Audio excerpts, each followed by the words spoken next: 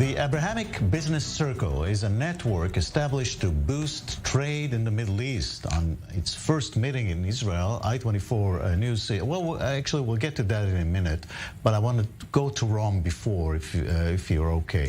The Abraham Accords Global Leadership Summit started yesterday in Rome, Italy, bringing together a range of leaders, diplomats, and officials, focusing on issues of tolerance and diversity. I-24 News correspondent Batya Levinthal is standing by live in Rome. How is it going there, Batya? It's been a very busy day for the participants that have been attending the Abraham Accords Global Leadership Summit here in Rome at the St. Regis Hotel. The entire day was filled with panel talks, briefings, and discussions about not just how the Abraham Accords have had a knock-on effect in other countries and communities, but how they can also help strategize against anti-Semitism and rising Islamophobia, and also how to incentivize closer economic ties between countries.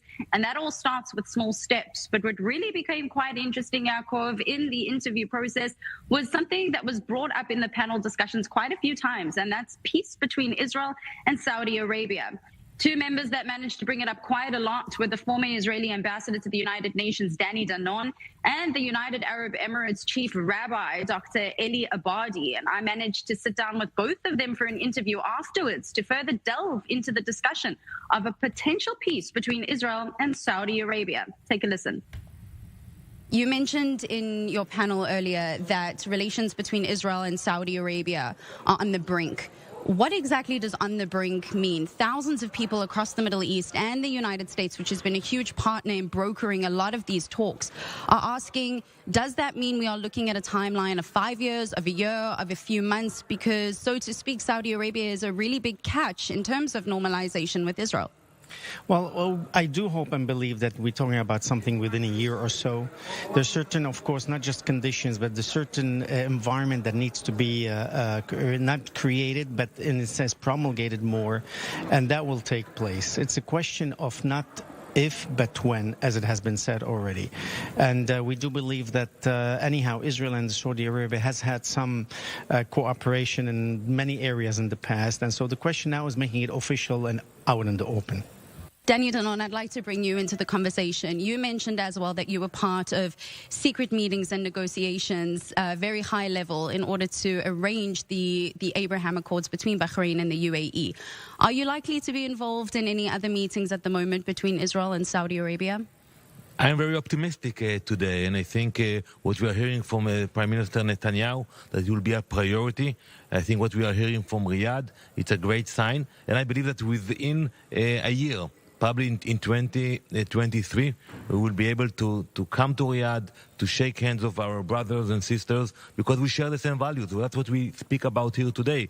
We show the respect to our religion, respect to the family values. All those values that we share together will bring us together. I hope it will be very soon. So when you mention within a year, thousands of people across the Middle East and the United States, as I mentioned as well to Rabbi Abadie, are questioning for an exact date. Would you say that this would likely be brought forward similar to what was in the original Abraham Accords, possibly in the summer? Or do you think that there are obstacles that may take longer? As Saudi officials told I-24 News, they have to put the horse before the cart. So let's acknowledge the facts. You know, we are willing to come to Riyadh tomorrow morning. I will take a flight from Rome to Riyadh tomorrow morning in order to move the peace process forward. We know it will take time with our colleagues in Saudi Arabia. We respect it. When they will be ready to go public, we will be there. But I said it out loud in the summit here in Rome that we collaborated with the Saudis on very important issues. We have the same heritage, but also the same enemies. It will be a message to the Iranian regime that we are together, we are strong, we are united. Absolutely. And as you mentioned, Israel has had secret collaborations and sometimes even forward collaborations with Saudi Arabia. So why is Israel so willing to put forward an announcement of peace, and Saudi Arabia seems to be taking more time? What is the holdup? Well, we cannot put aside the history, the conflicts. We cannot put aside the pressure coming from the Palestinian Authority.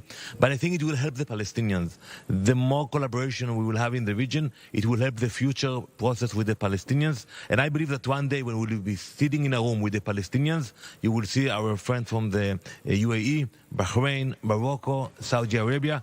They will be in the room as well, will help us to negotiate.